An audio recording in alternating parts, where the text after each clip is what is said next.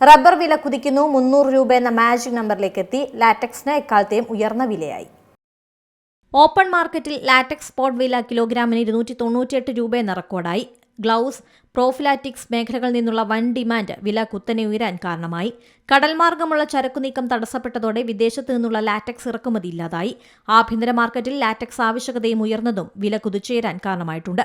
രാജ്യാന്തര മാർക്കറ്റിൽ sheet rubber വില കുറഞ്ഞിട്ടും ആഭ്യന്തര വിപണി മുന്നേറ്റം തുടരുന്നു.